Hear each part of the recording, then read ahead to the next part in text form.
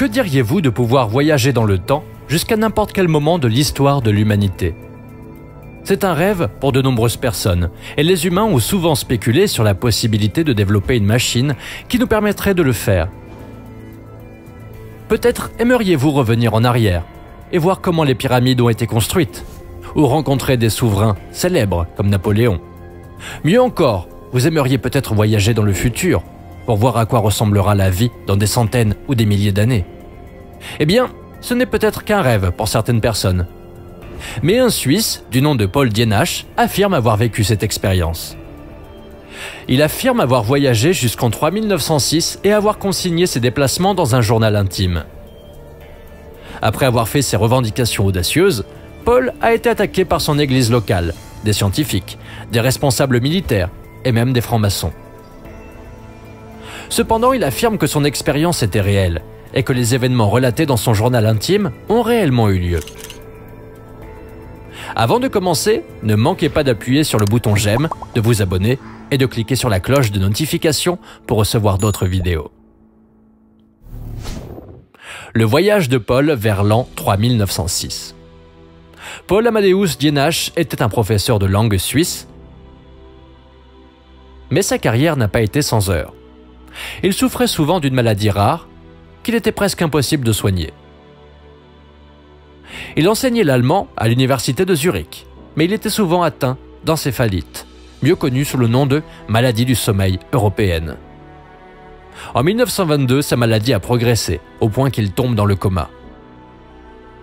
Il est emmené à l'hôpital de Genève, où il est soigné, et où il se rétablit complètement. Cependant, il ne dit à personne que sa conscience l'a entraîné dans un voyage étrange et inexplicable, alors qu'il était dans le coma.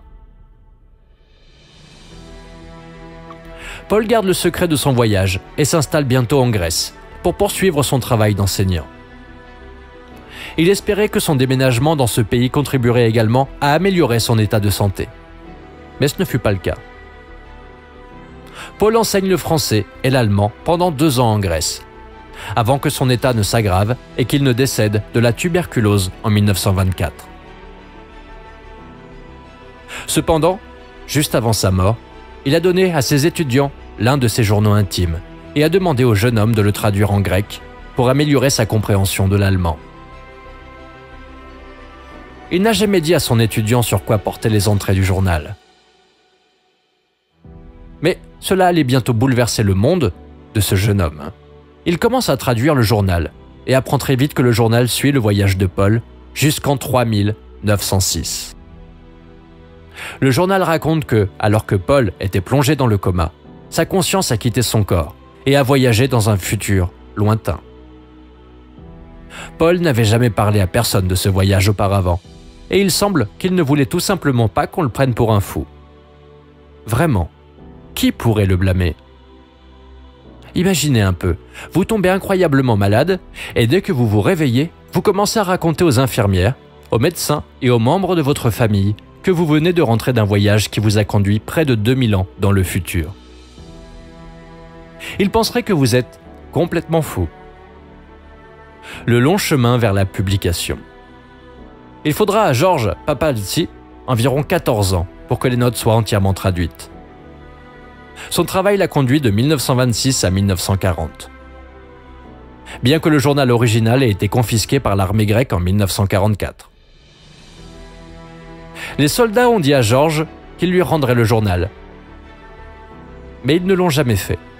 Heureusement, ils avaient déjà terminé la traduction et il a transmis son travail à quelques-uns de ses amis proches.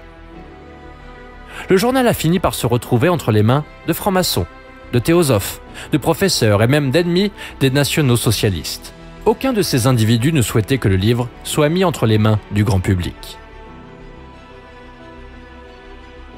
Aussi ont-ils gardé le secret pendant de nombreuses années. Il est intéressant de noter que les francs-maçons considéraient que le livre était sacré et qu'il devait être protégé à tout prix. Les francs-maçons sont connus pour garder une tonne de secrets. Mais qui aurait pu imaginer qu'ils cachaient au public un journal sur le voyage dans le temps? Si un tel livre était publié de nos jours, ce serait le chaos total. Cependant, de nombreux chefs religieux de la communauté pensaient que le livre était hérétique et complètement inventé. Ces leaders ont commencé à s'exprimer lorsque George a essayé de faire publier le livre des années plus tard, en 1972, sous le nom de Valley of the Roses. Toutefois, le livre n'a jamais obtenu la reconnaissance qu'il méritait. De nombreux lecteurs avaient l'impression que le livre était mal traduit et qu'il était beaucoup trop difficile à lire. Le livre a été publié une nouvelle fois en 1979, mais il n'a toujours pas reçu le succès que George pensait qu'il méritait. George décède peu de temps après, et aucun membre de sa famille ne s'intéresse aux notes longtemps oubliées de son professeur. Il faut attendre plusieurs années pour qu'Achilleas Syrigos, membre des francs-maçons, découvre à nouveau le livre et aide à le traduire en anglais, sous le nom de Chronicles from the Future. Le réveil en tant qu'Andrew Northman. Paul explique dans son journal intime qu'il s'est réveillé de son coma sous la forme d'un homme nommé Andrew Northman. Il se trouvait dans un endroit qu'il n'avait jamais vu auparavant et était entouré de personnes qu'il ne connaissait pas, mais qui prétendaient être des membres de sa famille. Ils lui ont expliqué qu'il était professeur de physique et qu'il s'était réveillé en l'an 3906. Mais il était déconcerté et ne comprenait pas comment il avait voyagé dans le temps, ni ce qu'il était advenu de son ancienne vie. Il a été emmené dans un hôpital local et soigné pendant plusieurs jours. Il écrit dans son journal intime et explique que toutes les chaises et les tables de l'hôpital sont faites d'un étrange matériau cristallin qui brille à la lumière, quelque chose qu'il n'avait jamais vu auparavant. En regardant par les fenêtres de sa chambre d'hôpital, il pouvait voir des montagnes qui s'élevaient haut, ainsi que des forêts luxuriantes qui couvraient chaque centimètre carré du terrain extérieur. Il a ensuite été emmené auprès d'un groupe de personnes connues uniquement sous le nom de « Anciens ». Ces hommes lui ont expliqué qu'il avait été victime d'un saut de conscience. Il savait aussi qu'il était un voyageur du temps. Soyons réalistes. Que feriez-vous si vous vous réveilliez soudainement dans un futur lointain? Feriez-vous tout votre possible pour retourner à votre époque actuelle? Ou vous contenteriez-vous de vous détendre et de passer du temps avec vos nouveaux amis? Je ne sais pas vous, mais le monde a été assez effrayant ces derniers temps. Je vais peut-être rester sur place et attendre que les choses se calment un peu.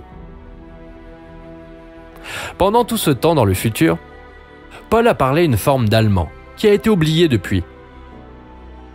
Mais les anciens le comprenaient parfaitement et étaient capables d'estimer l'année depuis laquelle il avait voyagé sans le savoir. Ils lui ont permis d'apprendre l'histoire de l'humanité et comment le monde allait changer. Mais ils ont refusé de lui parler du XXe siècle, car ils craignaient qu'il ne tente de modifier le passé. Cela pourrait nuire à l'avenir, et ils ne voulaient pas prendre de risques. Lorsque Paul est sorti du coma, il s'est souvenu de tous les enseignements qu'il avait reçus, et a été capable de les écrire dans son journal, avec des détails précis. Il affirme avoir été témoin de la colonisation de Mars, ainsi que des innombrables problèmes sociaux et économiques qui allaient bientôt affecter le Nouveau Monde. Les années 2000 à 2300. Depuis le début du XXIe siècle, l'humanité est en proie à de nombreux problèmes. La surpopulation est l'un des problèmes les plus importants que nous devons surmonter. Elle coïncide avec la destruction de la nature et de nombreux systèmes forestiers vitaux qui nous fournissent de l'air pur et abritent une grande variété d'espèces animales. Ces problèmes provoquent des famines dans le monde entier, et les guerres ne font qu'aggraver le problème. Cependant, au même moment, la technologie commence à progresser rapidement. L'humanité a été capable de surmonter les lois de la gravité, en créant des dispositifs anti-gravité qui changent la façon dont nous vivons au quotidien. L'énergie électromagnétique est également très courante et semble être utilisée partout. Néanmoins, une nouvelle forme d'énergie est encore plus importante, la thermodynamique. Il s'agit de l'énergie de l'âme, mieux connue sous le nom de énergie spirituelle. La science a permis de photographier cette énergie, nous aidant ainsi à étudier et à prouver l'existence d'une couche de réalité distincte de la nôtre, un royaume spirituel qui existe en dehors de notre champ de compréhension. Nombreux sont ceux qui, à l'avenir, se référeront à ce phénomène sous le nom de vision éthérique. L'économie change aussi radicalement, car les humains ont aboli toute forme de monnaie et choisissent plutôt de se concentrer sur la spiritualité et la réalisation de soi.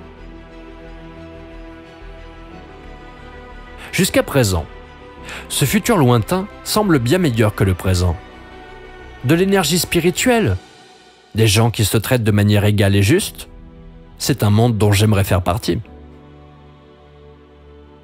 Pour couronner le tout, la mortalité infantile n'a jamais été aussi faible, car nous pouvons désormais traiter presque toutes les maladies que vous pouvez imaginer. Les combustibles fossiles ont également été éliminés et nous nous appuyons désormais sur des sources d'énergie renouvelables. Il n'y a également plus de viande à manger et nous avons donc recours à des régimes végétariens. Si l'on considère que des progrès récents ont été réalisés dans le domaine des viandes artificielles issues de ressources végétales, on peut penser que Paul a peut-être raison. Il explique également que nous avons commencé à coloniser Mars en 2204, mais qu'une catastrophe naturelle est survenue en 2265, nous obligeant à abandonner tout projet de colonisation planétaire. Cela ne semble pas vraiment être une mauvaise chose cependant. Réfléchissez-y. Accepteriez-vous d'être bloqué, loin de tout autre humain, sur une planète chaude, sèche et inhabitable, sans l'aide de la technologie et de la science? Je ne pense pas. Les années 2300 à 2400. Bien que nous ayons pu résoudre bon nombre de nos problèmes, nous avons quand même connu une guerre en l'an 2309. C'était la guerre qui devait mettre fin à toutes les guerres. La plupart de l'humanité et du monde ont été détruits. Mais quelques personnes sont restées et se sont unies sous un nouveau gouvernement mondial en l'an 2396. Les dirigeants de ce gouvernement sont élus par le peuple et sont composés de scientifiques, d'ingénieurs et de philanthropes. Les politiciens n'ont plus leur place dans ce monde, ni les entrepreneurs. Les gouvernements nationaux existent toujours, mais ils sont tous guidés par la direction d'un gouvernement mondial. La monnaie de retour, bien qu'elle soit directement liée à la valeur d'un produit, plutôt qu'à ce qu'une société ou une entreprise estime qu'un produit vaut. Les ressources sont également réparties de manière égale, bien que les gens soient toujours autorisés à posséder des biens privés. La criminalité a également atteint un niveau historiquement bas et l'humanité a reçu la visite d'extraterrestres. Ces informations ne sont plus cachées au public et la vie extraterrestre est expliquée à tous ceux qui souhaitent savoir. Il est probablement préférable de ne pas dévoiler la vérité sur la vie extraterrestre pour le moment. Compte tenu de la noirceur et de la singularité de l'an 2020, je ne pense pas que nous ayons besoin d'autres informations dérangeantes qui pourraient changer notre vie quotidienne. Il est peut-être préférable de vivre dans une ignorance bienheureuse pendant quelques années. Vous ne pensez pas ? De 2400 à 3400. Vers l'an 2400, le gouvernement mondial se retrouve attaqué par des cybercriminels. Toutefois, nous avons réussi à passer au travers et à atteindre l'autre côté du conflit. Mais les gouvernements nationaux commencent à perdre du pouvoir et la plupart des pays sont gérés directement par le gouvernement mondial. Les humains élaborent également un plan pour créer une conscience planétaire. En même temps, nous pouvons voyager où nous voulons, en volant et en utilisant le pouvoir de l'énergie éthérée. Après 2600 ans, nous commençons à développer des pouvoirs télépathiques qui nous permettent de communiquer plus efficacement. Cela permet à l'esprit et à la conscience humaine d'évoluer de manière étonnante. Nous commençons également à en apprendre davantage sur les sciences naturelles, sur le soleil intérieur de notre planète et sur la façon dont notre atmosphère s'est développée au fil du temps. L'intérieur de la Terre est enfin exploré et des villes sont construites sous terre. La médecine s'est également développée jusqu'à atteindre des niveaux incroyables, la plupart des maladies pouvant être soignées par la lumière, le son et la méditation. En tout cas, cette version du futur semble bien meilleure que celle d'aujourd'hui. Tout le monde aime les fins heureuses, non? Eh bien, nous n'avons pas encore fini. De l'an 3400 à l'an 4000. Aux alentours de l'année 3400, les humains ont été capables de développer une hypervision en explorant leur propre conscience. Cela leur donne la capacité de se connecter à l'énergie spirituelle et de créer des choses en n'utilisant que leur esprit. Les gens utilisent rarement le langage et communiquent plutôt par l'esprit ou par une nouvelle forme d'Internet. Nous ne sommes plus capables de garder des secrets, car nous pouvons lire dans les pensées des autres. L'ADN peut également être étendu à plus de 2 brins, ce qui ouvre un nouveau monde de possibilités pour l'évolution humaine. Pendant de nombreuses années, les humains ont voyagé autour du monde, en utilisant des disques volants. Cependant, nous sommes maintenant capables de nous téléporter dans différentes régions, en utilisant des portes qui nous ont été présentées par une espèce extraterrestre. La propriété privée n'existe plus, et chaque objet dans le monde appartient à tout le monde. Les animaux sont libres de se promener où bon leur semble, et tous les animaux domestiques sont relâchés. Pour faire simple, le nouveau monde est un paradis où les soucis, la faim, la peur et la guerre n'existent plus. Vérité ou fiction?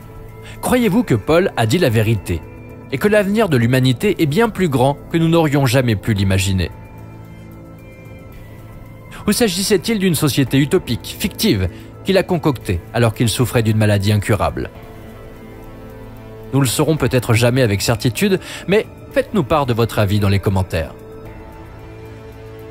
Merci de nous avoir suivis. N'oubliez pas d'appuyer sur le bouton j'aime, de cliquer sur le bouton de notification et de vous abonner pour recevoir d'autres vidéos intéressantes.